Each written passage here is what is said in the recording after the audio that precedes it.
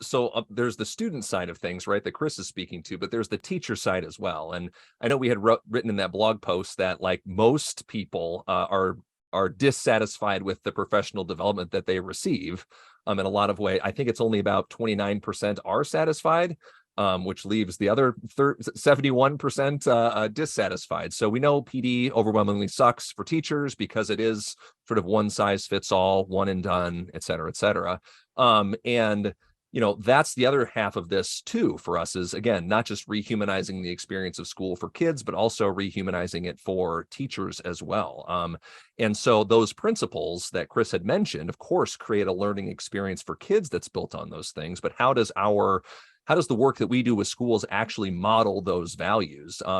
In fact, it does so in a way where I think about 90% of attendees at our last conference, our virtual conference just a couple weeks ago, said it was the best virtual conference that they had attended. The testimonials that we get for the PD work that we do with schools say stuff like, this organization has tapped into the original why of many educators that's often lost or overshadowed by the unfair or unrealistic expectations placed on our public schools. Another one said, your group has articulated the things that I instinctually know, but have lost in all of my PD and College Board years of training. I'm 25 years into this gig, glad I can reacquaint myself with what originally got me into teaching and finish my career ethically whole. Another person, this will be the last one, but on our conference said, the conference to restore humanity was a transformative experience for my educator soul.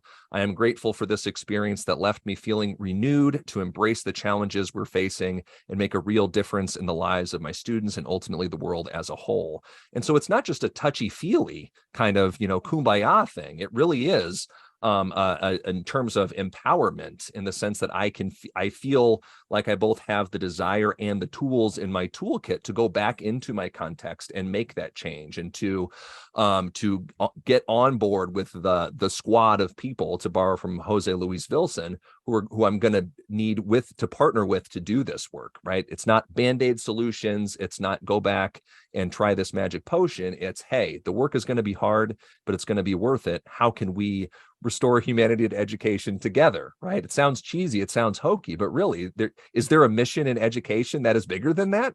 I don't think so. So that's why we're focused on it so hard.